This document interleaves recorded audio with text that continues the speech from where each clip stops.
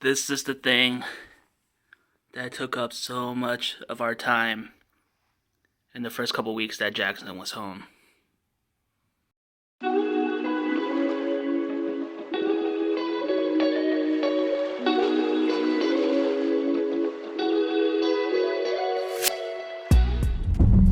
Alright, so Jaxon's been home for about a month now, and my folks have been here since before Christmas. They've been really helpful in taking care of him. They've been doing a lot of cooking, and my mom's been doing a lot of cleaning, so they've been super helpful in the first month. They're getting ready to head home back to Jersey in a couple weeks, which will be a little bittersweet. It sucks that they're leaving, but also when you have two additional bodies in the house, it just feels a lot more noisier, a lot more hectic than it would be if it was just me and Michelle. Although now we're actually, for the next couple of weeks, we're actually adding another body. So my sister's flying in from Maryland, so she'll be joining us for a couple of weeks, and then they all go.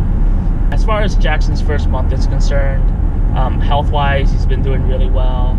He's been dealing with some gas issues. Other than that, I think nothing out of the ordinary, so knock on wood to that. On the other hand, I've discovered a couple things just within the first month that I feel like I want to articulate and see how people agree or disagree. First, and this is, obviously me as a dude, I feel like breastfeeding might be a bit overrated. Overrated is probably not the right word. I feel like breastfeeding is probably romanticized. And that is, there's a lot of content, a lot of editorial, things you read, things you watch, see, hear, whatever, that really plays up like the benefits of breastfeeding. And if you are an expecting mother, if you are a mother of a newborn, and you're reading all that stuff, I wonder what kind of impact that has. Specifically with our experience, Michelle tried to breastfeed for probably a little over a week. Her milk had a hard time coming in. Jaxon wasn't latching too well.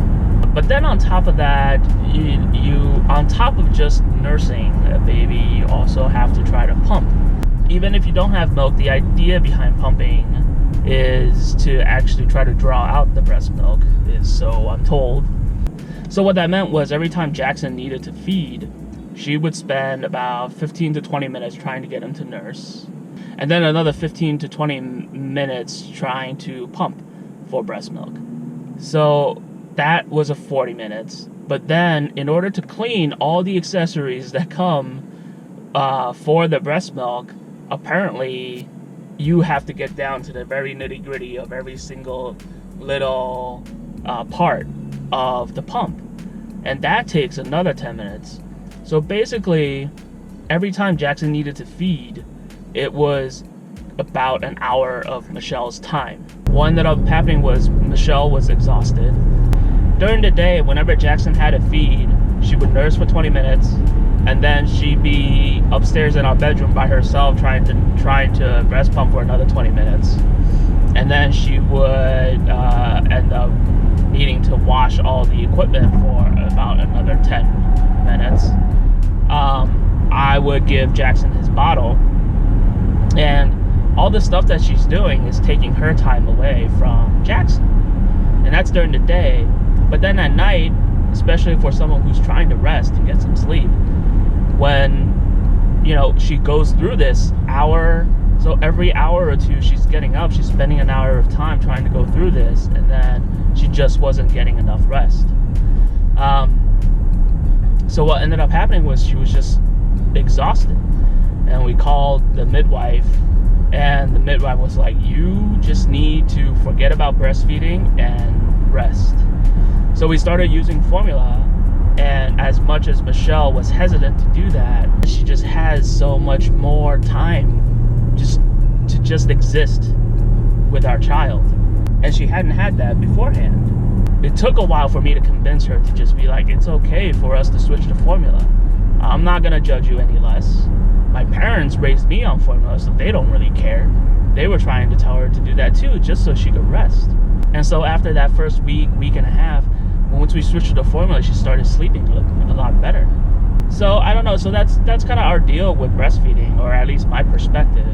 The other thing that we did to try to just get both of us a bit more rest was we ended up staggering our sleep schedule. For the most part, when you're dealing with newborns and you're dealing with feeding babies, especially like overnight, everyone, goes, all right, this is your turn, this is my turn, this is your turn, this is my turn. The thing that we realized was, when you stagger the schedule like that, let's just say you're trying to get 6 hours of sleep, but you're waking up every 1 or 2 hours to try to take care of your child, you get interrupted sleep. So as much as you're getting like 6 to 7 hours of total sleep, the fact that it's interrupted really doesn't make it like worthwhile.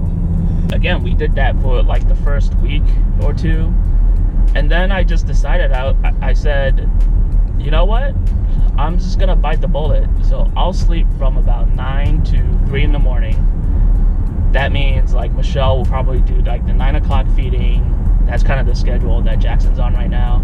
She'll do the 9 o'clock feeding, she'll do another feeding at around midnight, but then the feeding at 3 o'clock I would get up and do. The hope was that I would have gotten 6 hours of uninterrupted sleep by then, and then Michelle gets to sleep from midnight to roughly 7 or 8 o'clock, so that she gets enough rest herself.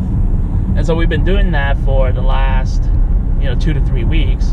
I'd like to think that it's been working pretty well. She's definitely getting a lot more rest. I'm getting the 5 or 6 hours I need to function on a daily basis. So my routine hasn't changed outside of like a time shift where I get up at 3 now. But then again, we have so many people here in the house right now. When I get up at 3, I kind of see it as my like alone time. Jackson eats and he goes to sleep, and I'm alone, and I can watch what I want to watch, because that's been much harder these days. And I could go back and take another nap if I really want to. So for us, that ended up having a lot of good benefit. In case you're in the same position as we are, and you haven't thought about it already, just from our experience, I think especially for the mom, that has been super helpful. The other thing I would say is that this could only work because I'm currently working from home. But right now, this is the schedule that we're keeping. It's been working pretty well for us. People kid around and say like the zone coverage. I feel like saying that we're doing like time zone coverage in terms of taking care of Jackson right now.